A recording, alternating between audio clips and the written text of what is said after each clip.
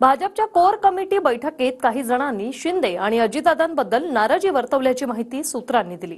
आगामी विधानसभांसाठी ही बैठक होती, ज्यात आगामी रणनीती आणि लोकसभेतल्या नुकसानीबद्दल चिंतन केलं गेलं। पाहूया। लोकसभेत फटका बसल्यानंतर आता विधानसभा तोंडावर असताना भाजपच्या कोर कमिटी बैठकीत काही नेत्यांनी अजितदादा आणि शिंदेंबद्दल नाराजी वर्तवल्याची माहिती सूत्रांनी दिली आहे। त्यानुसार लोकसभेमध्ये शिंदेंना 15 जागा देण्याची काहीही गरज नव्हती। आता त्याचा विधानसभा जागा वाटपात त्रास होऊ शकतो। तर अजितदादांच्या आमदारांनी अनेक ठिकाणी भाजपला मदत न केल्याचा आरोपही भाजपच्या काही नेत्यांनी केला आहे। दिंडोरी, पुणे, सातारा, सांगली, कोल्हापूर आणि बुलढाण्यामध्ये अजित पवारांच्या आमदारांनी महायुतीऐवजी महाविकास आघाडीचं काम केलं आणि जालना त्याचबरोबर पालघरमध्ये शिंदेंच्या काही नेत्यांनी भाजपला मदत न केल्याचा सूर या बैठकीत उमटला। मात्र या सगळ्या चर्चा खोट्या असून यामध्ये काहीही तथ्य नसल्याचा दावा प्रदेशाध्यक्ष चंद्रशेखर बावनकुळे यांनी केला। महाराष्ट्राच्या विधानसभा निवडणुकीच्या संदर्भाने मंडळ स्तरावरचं सक्षमीकरण याबद्दलची चर्चा सुरू आहे। माननीय एकनाथजी शिंदे, माननीय अजितदादा पवारांबद्दल कुठलीही टिप्पणी केली नसताना सुद्धा सूत्राच्या आधारावर कालच्या बैठकीला जाणीवपूर्वक महायुतीमध्ये ठिणगी पाडण्याचं काम काही माध्यमांनी केलं।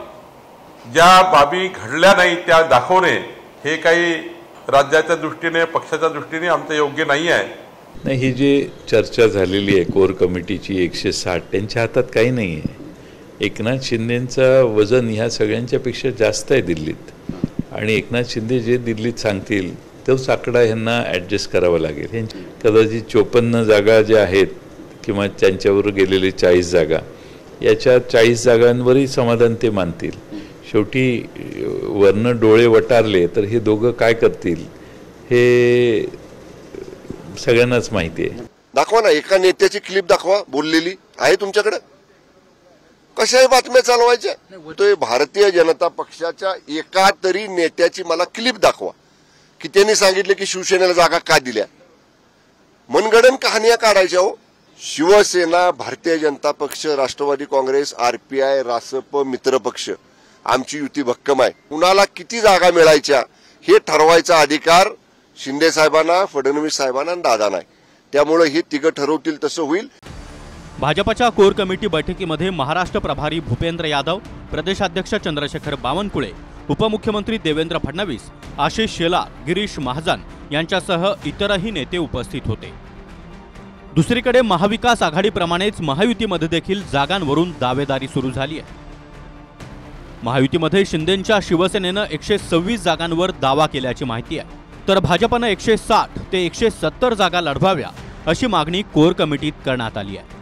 तर अजित पवार गटानं 80 ते 85 जागांवर दावा सांगितल्याचं बोललं जात आहे। दरम्यान भाजप हायकमांडनं दिलेल्या सूचनेनुसार विधानसभेत महायुती म्हणूनच लढायचं आहे। महायुतीमध्ये भाजपची ताकद प्रकर्षानं दाखवा।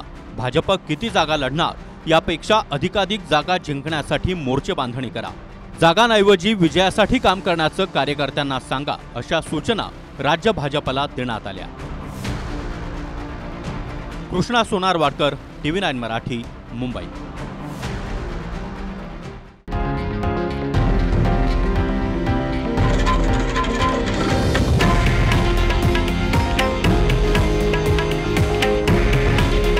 हे आहे देशातील नंबर 1 न्यूज नेटवर्क आणि आपण पाहत आहात TV9 मराठी।